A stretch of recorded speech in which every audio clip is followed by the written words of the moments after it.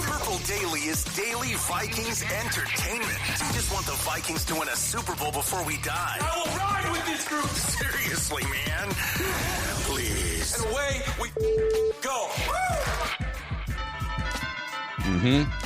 It's time for speculation. There's too many syllables there. Too many words. Yep. It's time for the new league year. What are we, a week and change away? We're a week away from the tampering window. Right. And then we're Wednesday. Yeah, right? then we're 9 days away from Yeah. the league year, the 2025 league year, where you can officially put pen to paper on free agent contracts. Purple Daily NFL Takes, which is our weekly, sometimes more. We did 2 episodes last week. Our little sandbox to talk things beyond the Vikings here on Purple Daily. Some of these also just tie back in with the Vikings. So Purple Daily NFL Takes, thank you guys for supporting our new spin-off show here, so to speak. A reminder that a week from today, before we start dishing takes, the 2025 Purple Daily Draft Party presented by Standard Heating and Air. Tickets become available a week from today, 10 a.m. Central Time on March 10th, back at the Fillmore for a second year. We had such a great time last year. We're looking to see as many of you as possible. General admission and VIP tickets go on sale 10 a.m. Central Time on March 10th at scorenorth.com/draft. Scorenorth.com/draft. For more information, you can visit that site now and just kind of read more. But have that bookmarked for 10 a.m. Central Time on March 10th. We can't wait. The Vikings aren't going to be picking 10th, and they're not taking a quarterback, but there's still a ton of intrigue. And this is kind of our annual celebration of Purple Daily and Vikings fans, and we're looking forward to. It's a festival. Yeah, it has become kind of Purple. It's a Festivus. It's a festival for the rest of us. So yeah, bookmark that for 10 a.m. Central Time, March 10th, scorenorth.com/draft. Actually, Judd, you and I have similar themes here. Why don't you start us off with your first NFL take, and then I can piggyback off of you. All right.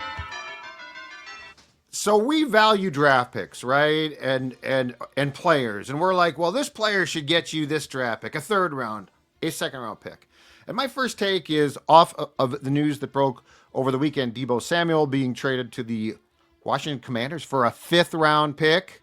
This time of year, it is very difficult if you're trying to trade a player to pry away anything resembling what we think draft picks are worth. Yeah. In other words, like if I had told you guys a month ago, hey, 49ers are going to trade Deebo, you'd probably say, oh man, 3rd round pick probably, right? Like starting point, 3rd round pick, 5th round pick.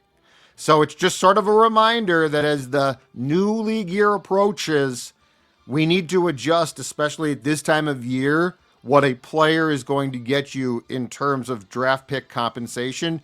It's often this time of year not what you would expect. And let me take that and put a different take on it, because yes, you're right. You always think Deebo Samuel. Remember we did this with Dalvin Cook with the Vikings 3 years ago. Well, they're gonna get like a 3rd round pick. Could you trade Dalvin for like a late first? And we said that like. Get like a 6th round pick. Yeah, guilty as charged. And they cut him, right? They didn't get anything for Dalvin. 0. So these these household name premier fantasy players, and because of age and injury questions and also salary, like a lot of these guys have just like huge salaries or cap numbers that are hard to move. But my take on this Deebo Samuel trade is look what you can do with a cheap rookie quarterback contract. Now, Deebo, it's possible Deebo is just so banged up that there's not a ton of tread left on the tires. I was listening to John Middlecoff, former NFL scout, his 3 and Out podcast, and he's a Bay Area guy, so he has followed the Niners really closely. And from his scouting perspective, he still thinks there's at least a couple years of really high-level play with Deebo, just get healthy this offseason. But the Commanders, they have the freedom now with Jaden Daniels making almost nothing relative to the other top quarterbacks in the league. They've got $65 million in cap space after absorbing $17 million of Deebo Samuel's cap. for a 5th round pick. So, okay, we made it this far. How do we get another step better and match up with the Eagles? Well, it starts by paying your quarterback, and like the Cowboys are trying to do the same thing, right? This is a great sort of A/B test case. Eagles are at the top of the mountain, and 2 teams in that division are trying to climb up and get there with them. One team has Dak Prescott making $60 million average annual value. The other team has Jaden Daniels, who, by the way, is better than Dak Prescott, making a fraction of that. I think his cap hit's like $8 or $9 million this year. And so while the Cowboys sit around trying to figure out, man, how can we even retain a couple of our key current starters, let alone add pieces that can make us better, the Commanders are sitting there saying, well, let's start by just getting Deebo Samuel for a 5th round pick because we have ridiculous cap space. And even after absorbing the $17 million, we still have like the 5th most cap space of anyone going into the tampering window on Monday, and they've got draft picks. So, I mean, to tie it in with the Vikings too, just another example of why you would push forward with J.J. McCarthy. Continue to build your chest of weapons and depth and use the free agency money, the money you aren't spending on Cousins or Dak or these other sort of league Darnold. average, or Darnold is in that category. Yep. And make your team better. And the Commanders are in a place, a team that went to the NFC Championship game last year. Mm-hmm. The Commanders are in a place to add multiple high-end key pieces. They will be competing with the Vikings for some of these too. Like Milton Williams is on their radar, according to reports. There's also the ESPN.com Commanders guy is reporting and speculating on a Myles Garrett trade if the Browns open up those discussions. And that's what you can do when, like, oh, Myles Garrett, well, we're going to have to pay him $25 million a year. Yeah, well, we can because we're not paying our quarterback anything. Well, it's great. And what's nice, too, is you can take a chance on Deebo returning to form and trade a 5th round pick because of the cap space, too. So like, that's the thing is you might have had teams. In fact, I am willing to bet you could have found at least one team that would have given you a 3rd or 4th round pick, but they can't do it because of the cap.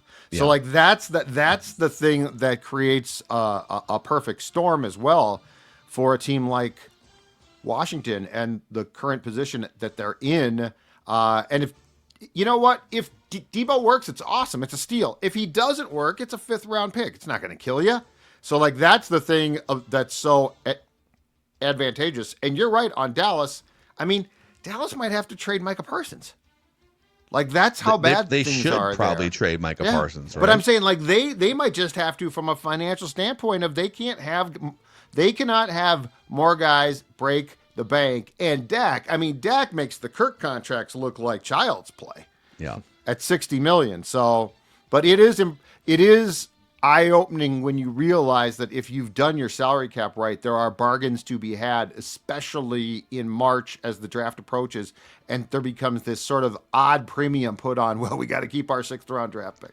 Isn't it crazy that, man, the Commanders were just like hibernating as a franchise for 30 years with bad ownership and bad treatment of players and behind the scenes dealings and stuff. And boom, ownership changes. You bring in Dan Quinn to stay a real professional, knows what he's doing head coach. I mean, Ron Rivera was that for a little bit, but like Dan Quinn is like such a professional organizer of football teams, a culture builder, and then you nail the quarterback. Boom, boom, boom. You know what though?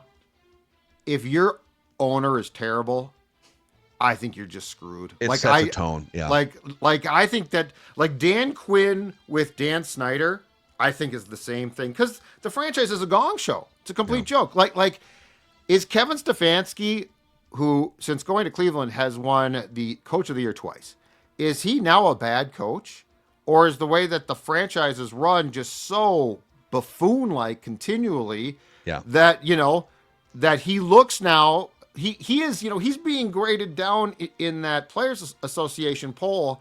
I don't think it's because he suddenly got stupid. Yeah, you're right. I would love to see Stefanski at some point with just a more stable organization and just some backing. Because, to win that award twice with that dumpster fire is Kevin O'Connell in Cleveland quite impressive. would be grasping at straws still, right? Yeah.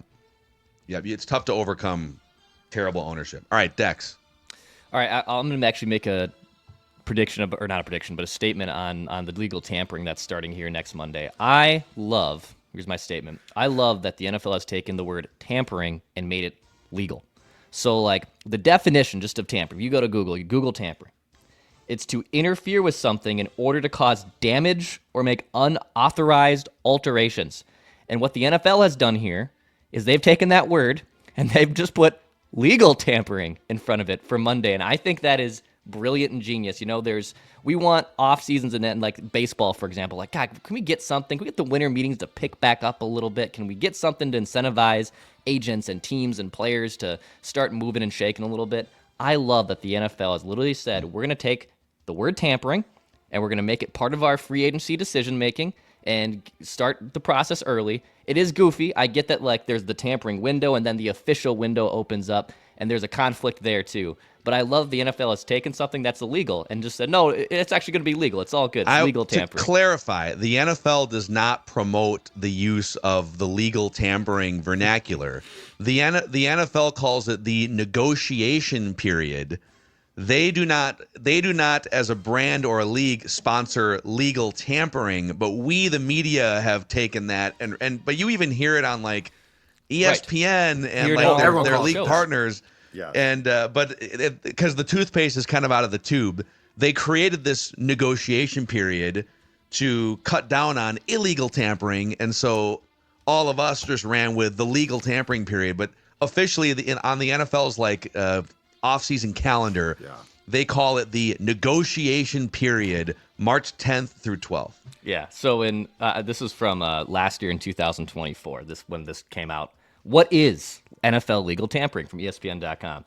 In 2012, the NFL implemented, quote, a legal tampering period, unquote, that allows teams to start negotiations and representatives with unrestricted free agents before it officially begins. It's super funny and genius. But what's funny is like, okay, so because what used to happen, Albert Hainsworth being the best example, free agency would open up at midnight when the league year, 12:01. He agreed. And it was like, you're not supposed to have any contact until the league year opens, and he agrees to like a $90 million deal. So after a while, they create this, all right, let's open up a window where you can talk about contracts, but you can't sign until March 12th. Right. Well, this just backs up the illegal tampering, because now what happens is everyone leaves the combine after dining and drinking at St. Elmo's and these other places in Indianapolis. They know about what, they all meet there. Yeah. If you're Levi Onwuzurike, who we just, spoiler alert, brought in our 6.0 blueprint, that dude knows about what he's going to get when the negotiation window opens up, right? But the genius of the entire exercise is this. The NFL knows this. They don't care. But what they want to do, and this is what's so smart about it, is they want to, so on Monday, shortly after the legal tampering period starts, there will be a plethora of reports from Schefter, Rappaport, Pelissero about contracts being agreed to. What the league doesn't want to do is for mass agreements to get out that don't come at the same time.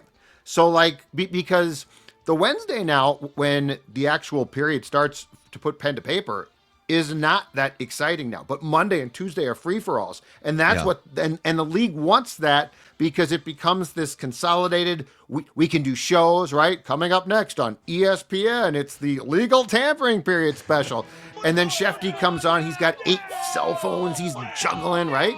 So this is, when we complain about baseball, this is where football is so smart. Yeah. Because they don't care that you're illegally tampering in Indy. They just don't want it out.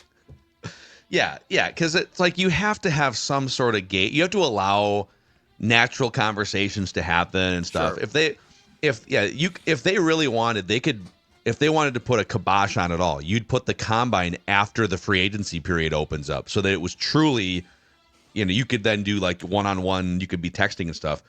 But they could check phone records. That's where teams get dinged, is if there's like a phone record of you texting someone that you're not supposed to. But if you're all just running into each other in the hallways, in suites, in Indianapolis. And they don't want to take away draft picks. That's no fun. Yeah. Yeah, the way it's set up is you have to allow for some gray area because Yes. it makes it so entertaining the way that it's set up. Okay, can I jump in here? There's a developing story here from something over the weekend. Some conflicting reports, if you will. But my statement is, if the Packers pull this off, they will be very dangerous. They couldn't beat the top echelon teams. The Packers had a very good team, very young team, but there was a line drawn across their schedule of like the level of team they can beat. They can't beat the Eagles, the Vikings, the Lions, but they could beat all the teams that were kind of middling or bad, right? But there's a report from Corbin Smith over the weekend from Seattle, Emerald Spectrum and Locked On Seahawks, and he's a regular on like the sports station KJR and Fox 13. He's a sports guy out in Seattle. And he reported the Packers have an offer on the table for DK Metcalf that includes a high pick and one of the Packers' young receivers in exchange.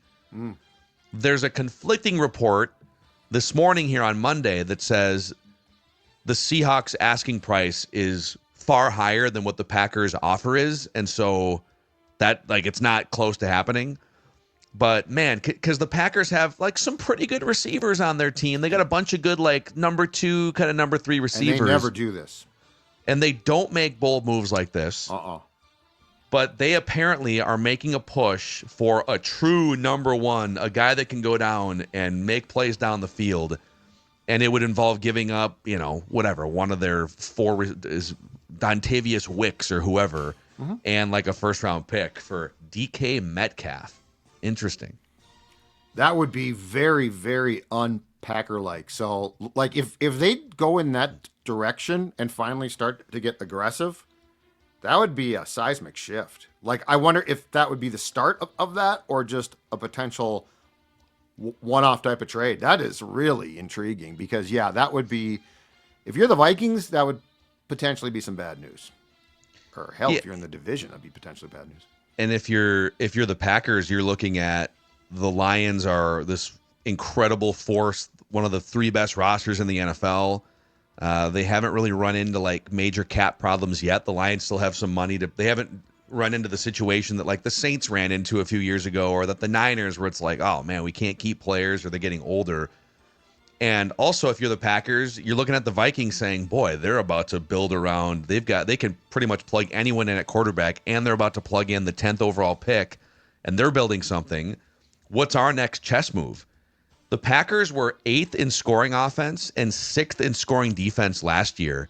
This would be a really interesting piece to kind of take it to the next level, so where maybe they can compete with, they can split with the Lions and split with the Vikings and go from being an 11-win team that's pretty good to being a team that could win that division and maybe host playoff games at Lambeau in January. So something to keep an eye on if you are the Vikings or the Lions in that division. If the Packers finally get out and make an aggressive move like this, could definitely change that division a little bit. Absolutely. All right. Tom Brady is finding out this ain't easy. Tom Brady has as a limited partner in the Raiders. Tom is now 0 for 2. Ben Johnson, come on, Ben, you want to work for me, right? I'm Tom Brady. I've got all these. Look at all my rings. I've got all these jobs. Look at me, Ben Johnson. Ben's like, no, you know what? I'll take the Bears job. Interesting. You'll take the Bears job. I mean, don't get me wrong. You got the quarterback there, but the Bears job. Okay. All right. Let's regroup. We're back. Pick up the phone. No, you know what? No, screw it. I'm going skiing. I'm going to my ski resort. Who do I happen across? Matthew Stafford, baby. What a coincidence. What's going on? How fancy seeing you at our ski resort here. You know what, man? I'm going to offer you, I am emboldened enough, I've been empowered to offer you a $100 million contract for 2 years. Most of it's guaranteed. We can work out a trade with the Rams. You are coming to Vegas, right? You and Kelly? Matthew Stafford, you're going back to the Rams? What happened there? There's 2 things here. First of all, I think Brady is biting off too much. I think trying to work multiple jobs and also just assuming that your name, right? I'm Tom Brady. You want to work here, right? The other thing gets back to what we talked about before, which is Mark Davis, who owns the team, is a buffoon. And that makes a difference. But, I think Tom Brady, if you had asked him 5 months ago, okay, you're buying into the Raiders, the Raider brand, and you are going to try to get a coach, and you are going to try to get a prominent QB. Are you going to go 0 for 2? I think TB12 would have said no. I'll probably be 2-0, and I certainly, at the very least, will be 1-1. He's finding out this is not simple. Yeah. Matthew Stafford, according to the timeline of reporting, could not have gone back to Los Angeles quicker to negotiate a new deal with the Rams, right? It wasn't even like, we did a Friday episode kind of speculating on the latest Matthew Stafford developments, or we were pre-recording for Saturday. Yep. And it's like, and we were kind of like, well, he'll probably take the weekend, right, to mull these options. No, he took 5 seconds. We literally lit the episode on fire. My sources tell me that he, when Brady said, "Here is what we are going to offer you," that Matthew Stafford jumped off the chairlift in mid-flight. What? In mid-flight, skied himself down that hill, got to his phone as quick as possible, and said, "Okay, guys, Rams, I'm ready. Let's talk." Yeah. So, Yeah, it's pretty amazing. Okay, back to Dex. Football. Speaking of these meetings at ski resorts and not ski resorts, coincidence, non-versus coincidence, I think we should have NFL insiders like authority figures in WWE with their brands. So like the GMs have now become like a part of the show where they are announcing the matches and they're announcing stipulations. With this Jordan Schultz versus Ian Rappaport stuff, I want like monthly or yearly promos where I got insiders cutting stuff against each other as faces and heels. I think we lean all in on this. It is kind of weird watching this come out. You saw the awful announcing that they tweeted out, "Oh, we found the photo of Jordan Schultz confronting Ian in the Starbucks." I believe Jeremy Fowler is who Ian is talking with. It looked like Jeremy Fowler, but there was reports that it was like an agent. Oh, really? But it did look like report the said half Jeremy, profile an looked agent. like Jeremy Fowler. It was interesting. So I think we lean into this. I think we lean into NFL insiders just cutting promos on one another for just entertainment purposes. I love it. I would take it a step further. I would just have a fight cage. between, if you put, like this weekend, Judd, the WWE did their elimination chamber where you put 6 superstars in this massive steel cage glass structure. Love it. And they beat each other up for like an hour. If you put Ian Rappaport, Adam Schefter, Jordan Schultz, pretty tall. I've only tall seen him guy, like yeah. sitting down in, I think he'd win that fight. He's got the reach advantage. Got reach there. Put our guy Pelissero in there. I think it'd be. Would you pay $100 to watch 6 NFL insiders in a cage match physically I'd come to fight your each house other? to watch it, which is a lot for me. I'd be more likely to pay $100 for that than like a heavyweight boxing world championship match. So I'm kind of with that. I would just take it a step further. I would Hell in a fight. Cell. Okay. The Raiders look like they're about to sign up for the same mess the Jets just did for the last year and change. And it's going to be amazing. It's going to get everyone fired. That's my take. So the Giants are apparently conversing with Aaron Rodgers. And I believe because now, do we know, has he been cut officially, or is he going to be cut? He will be cut. He has not been cut. Okay. Because if you cut a guy, you can actually sign cut players now if you want. Yep. They don't have to wait till free agency. Oh, wait. Breaking news. Oh, here we Breaking go. news. Yes. That was indeed Jeremy Fowler Okay. talking to Rap Sheet. I just checked. I texted him. You texted Fowler? I texted Fowler, our friend, and he confirms Buddy. that he was talking to Rap Sheet. So we now have an inside source on exactly what transpired. I love it. Fowler just catching strays. Fowler's he's a pretty big dude too. He's lanky.